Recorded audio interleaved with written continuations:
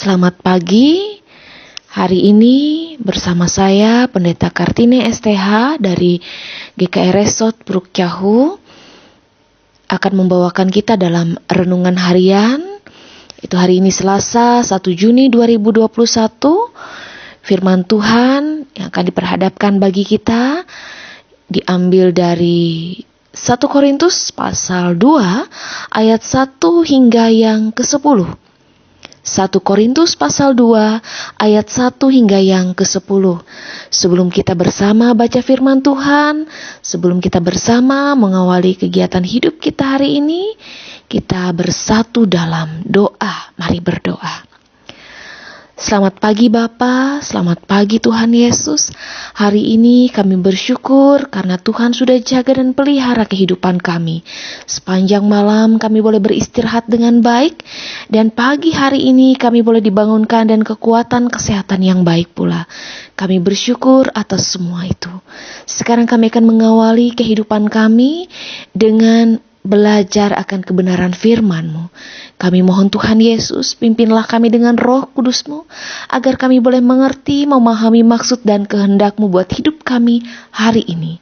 Berfirmanlah bagi kami Tuhan, di dalam Roh-Mu yang kudus, di dalam nama Tuhan Yesus. Amin. 1 Korintus pasal 2 ayat 1 hingga yang ke-10 dengan judul di sana Hikmat Allah dan hikmat manusia, kemudian dilanjutkan dengan hikmat yang benar. Demikianlah pula ketika aku datang kepadamu, saudara-saudara, aku tidak datang dengan kata-kata yang indah atau dengan hikmat untuk menyampaikan kesaksian Allah kepada kamu. Sebab aku telah memutuskan untuk tidak mengetahui apa-apa di antara kamu selain Yesus Kristus, yaitu Dia yang disalibkan. Aku juga telah datang kepadamu dalam kelemahan dan dengan sangat takut dan gentar. Baik perkataanku maupun pemberitaanku tidak kusampaikan dengan kata-kata hikmat yang meyakinkan, tetapi dengan keyakinan akan kekuatan roh, supaya iman kamu jangan bergantung pada hikmat manusia, tetapi pada kekuatan Allah. Sungguh pun demikian, kami memberitakan hikmat di kalangan mereka yang telah matang, yaitu hikmat yang bukan dari dunia ini dan bukan dari penguasa-penguasa dunia ini, yaitu penguasa-penguasa yang akan ditiadakan. Tetapi kami beritakan ialah hikmat Allah yang tersembunyi dan rahasia, yang sebelum dunia dijadikan telah disediakan Allah bagi kemuliaan kita. Tidak ada dari penguasa dunia ini yang mengenalnya, sebab kalau sekiranya mereka mengenalnya, mereka tidak menyalibkan Tuhan yang mulia. Tetapi seperti ada tertulis, apa yang tidak pernah dilihat oleh mata dan tidak pernah didengar oleh telinga dan yang tidak pernah timbul di dalam hati manusia, semua yang disediakan Allah untuk mereka yang mengasihi Dia. Karena kepada kita Allah telah menyatakannya oleh Roh, sebab Roh menyelidiki segala sesuatu, bahkan hal-hal yang tersembunyi dalam diri Allah. Amin. Saudaraku yang dikasihi dalam Tuhan Yesus Kristus, apakah hikmat itu?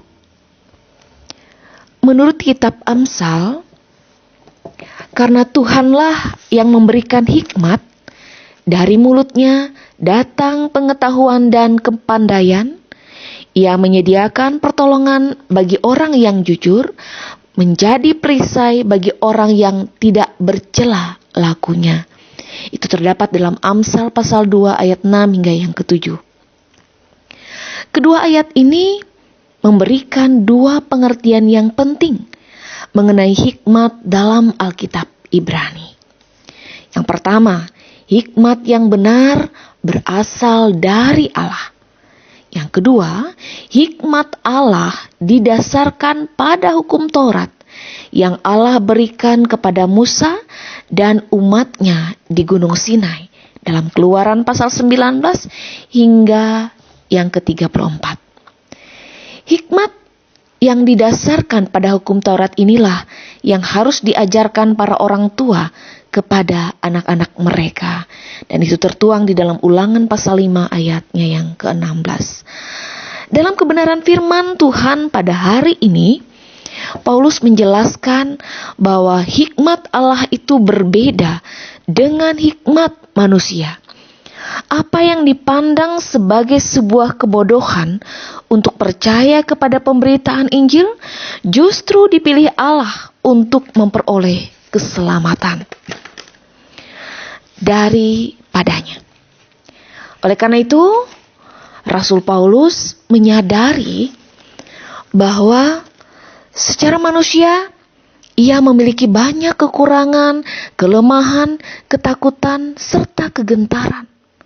Namun ia yakin akan kekuatan Roh Kudus yang memampukannya untuk menyampaikan hikmat daripada Allah kepada semua orang, sehingga dapat mengaku bahwa Yesus adalah Tuhan. Seperti yang tertuang di dalam 1 Korintus pasal 12 ayatnya yang ketiga. Hal tersebut dikatakan agar dalam kehidupan jemaat ataupun kehidupan iman jemaat, mereka tidak bergantung pada hikmat manusia, tetapi pada kekuatan Allah. Dan hikmat yang benar hanyalah hikmat yang berasal daripada Allah. Inilah berita yang disampaikan oleh Rasul Paulus bagi kita semua hari ini. Bahwa Allah membaharui umatnya dengan cara yang tidak pernah terpikirkan oleh seorang pun. Itu dikutip dalam Yesaya 64 ayatnya yang keempat.